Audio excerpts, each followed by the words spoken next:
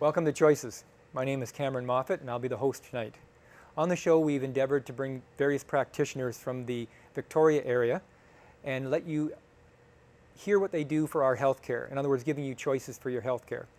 On tonight's show we'll be interviewing a practitioner doing Jin Shin Jyutsu, which is not the martial art, and she'll be describing exactly what this particular form of physical, emotional, energetic therapy is. So Yes. I'd like to introduce Mea Hutchison, is the practitioner. Mea, thank you for coming on the show. Well, thanks for having me. You're I really welcome. appreciate You're it. welcome. Yeah. What is Jin Shin Jyutsu? Jin Shin Jyutsu is an ancient Japanese healing art. It was brought to us by a healer from Japan, Jiro Murai, who taught it to a woman who was of American but Japanese descent, and she brought it to the U.S. in the 1960s and started teaching it there. So its origins are from Japan. Yes. So is it very similar then to shiatsu, which probably a lot of our viewers are familiar with? Right. Well, it is in some ways, in that its focus is on the energetic components of the body, and where it looks at it though is from the causal side. So its focus is on the actual formation of the meridians, the energy that forms the meridians. Okay, so And we talk about chi? Chi, yeah, Okay. yeah. And these are affected by things like what we take into our body, by accidents, of course, and by emotions. Okay. And so it's always about bringing a harmony and balance to the person's state of being so that they can function as well as possible in basically our modern world. Okay. So in the West we would say Homeo Dynamics, or Homeo balance within the body itself. So Yeah. you're talking more of an energetic balance then than a physiological balance. Yes, yeah. Okay. We're talking energy because that's the blueprint for the body, essentially. Okay. So how does an actual session look? So a session is very simply, people come to see me, I do have a look at them, they might have a little conversation with me, and then they lie on the table fully clothed, and it's a nice soft table, and I listen to the pulses. I don't listen to them in the same places that the Chinese meridians are So you're not listened to doing the in. radial pulse. I listen to the pulses at the wrist in 6 locations. Okay. And then I might also weigh the body in different segments and just generally scan the body visually. Okay. And then based on that, I decide what I'm going to begin with. Okay. And they're called flows in Jin Shin Jyutsu. They're a series of different placements of the hand on the body. Okay. And so the right hand is receiving, the left hand is sending, and this we call it jumper cabling. Sure. Okay. And, I you can know, see like what you mean, but yeah. the battery of the body, and the hands are like jumper cables. Now, are you working on the meridian lines as you do this? Is that sort of the... It's not actually on the meridian lines. Okay. That's the interesting difference. Sure. And so what we're working with is sometimes it is on a meridian line and sometimes it's not. Okay. There's 26 safety energy locks, on one on each side of the basically 52 safety energy locks, 26 on each side of the body. And those are one of the main things that we're working with. There's also different meridians that, well, we call them energy flows, that run through down the center of the body and 2 down the sides, down the front and up the back. The exhale and the inhale, very much like you'd find in any Asian qigong or Yes, those yes. practices. It's all about moving that breath through the body and helping it clear. You mentioned a safety energy lock. Yeah. By the term lock, am I assuming that the energy is locked up? Is that what you mean by that? Yes. These are what they're designed to do. Is if there's an injury to the body, then the safety energy locks will lock so that they reduce or shut down the flow going to that area for a period of time. Okay. For example, that's one way. Or it can be due to a strong emotion even, something that gets stuck emotionally with the person. And so the energy meridian that is fed by that safety energy lock area can become shut down. And then your intention then is to help open it. Yeah. Okay. We hope open it or help balance it. We don't want it to be, overactive or underactive, basically. So to find that harmony. Balance, harmony. It's always about the harmony. And so when I'm listening to the pulses, that's what I'm doing. I'm listening to find the harmony in that body at that time and determine what is needed to bring it to greater harmony. Right. Yeah. Now, when we met before the show, you spoke to me a number of times about this is all about finding the harmony and not really looking for the imbalance. No. But I imagine it would be an imbalance that most people come to you for, unless they happen to be Yes. very concerned with their own energy. Yes, So a lot what of most them. people show up with. They will show up with, quite often it's something that they've been seeing the doctor about, and the doctor said that I can't help you anymore. It can be painful conditions. It can be dizziness. It can be, emotional sometimes. It can be many different things that bring them there. Okay. So when you mentioned dizziness, I was just thinking, I was working with somebody last week with a pretty severe case of tinnitus, ringing in the ears. And Yes. I know in the TCM practice, they're always looking at the energy is flowing up, but it's not flowing back down, and hence the ringing in the ears. Is that something, how would you Yes. look at that? Well, we would look at that for sure. We need, his energy or their energy needs to be brought down. And a lot of the time with people that get headaches and different conditions of the head, you'll find that they often have, somewhere in the neck area, they've got some blockages. Right, okay. And so to help the energy move down, you have to free up the neck, and sometimes even further down in the body. You have to actually work with the feet. So I'm thinking of the number of people that this time of the year when the weather turns cold, Yeah.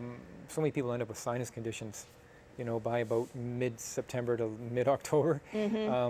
Would that be another thing that you might suspect where the energy is flowing up but not flowing back down? No, not necessarily. Okay, how would you see that? Well, first of all, we would want to move the energy down, but we'd be listening to the pulses to see, because it's different with each person. It depends on, what other things they have going on. The sinus infection might be due to an allergy. Right. And so if it's due to an allergy, then we would be looking at the digestive system perhaps, or might be something to do with the lung. So it's, we individualized listen to the treatment. pulses. It's very individualized, absolutely.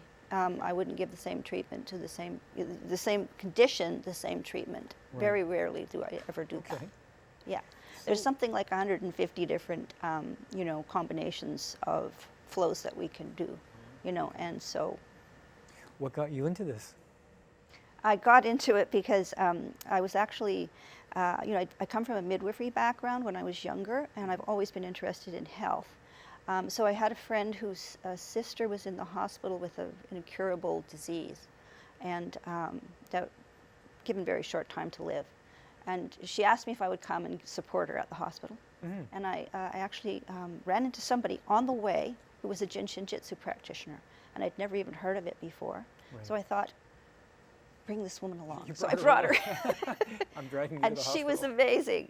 And she showed us all kinds of things we could do, but this woman's pain was reduced by like half by what we could That's do. significant. Her breathing was increased dramatically, and she was having trouble breathing. So basically, it was a miracle, and almost a miracle. And I really loved it, so I thought I'm going to study this. Okay. And it's evolved because the classes weren't available in Canada, or they were, but they were in Eastern Canada. So I had to take a lot of courses in the States, and I was taking 3 a year for about 10 years.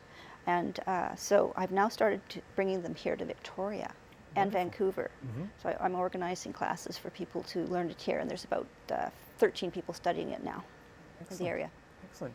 So typically, how long does a session last, and what would a person expect when they come in? You mentioned you do a little bit of an intake. Yes, it's about an hour and a half the first session, and then after that, it's usually about an hour and 15 minutes. An hour on the table, a little bit of chatting. I show them some things to do for themselves, afterwards, which of course is another big part of it that I love, is that I can show people what they can do on their own at home for bringing balance to their own bodies.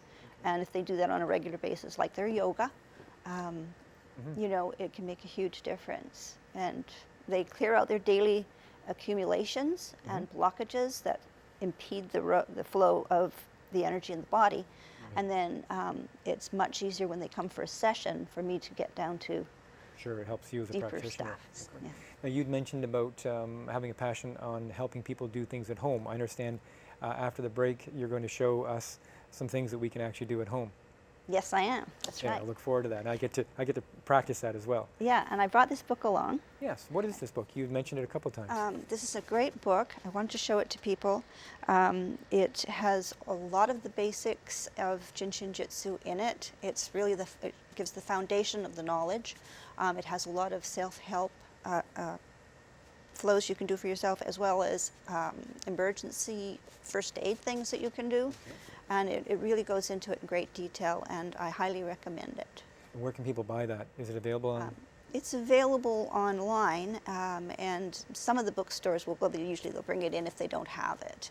And I think it's available at the library too. Okay, thank you. So is there anything that a person wants to do or shouldn't do after a treatment? After a treatment, what I really love is if people will actually just really take it easy for the rest of the day and give themselves a nice soak with an Epsom salts bath. Right. Because what's happening is for about 8 hours, that session is in effect. Okay. I just start the process, and then the body carries on for another 8 hours doing its thing. So and also, you know, they're going to notice a difference if they're more centered and more focused Centered, sure. afterwards. It is subtle, but it's profound. And you know, you notice more if you give yourself time to notice it. Yes. Yeah. Slow down a little bit. Slow down, yeah. Hydration. Is that something that would be important? Can you work with people who are dehydrated? Like I know for me in my line of work, dehydration in the fascia is very tough. Yeah, it's harder for sure. harder. They will not have as much progress. It interferes with the flow of energy. Yeah, it does. It does. And there's there's always the ones that just you know they don't drink enough fluids, because you hand them. I always hand a glass of water to people afterwards, and I'll see how much they actually drink. Right. But yeah, it is harder to. Those folks come back more often with pain.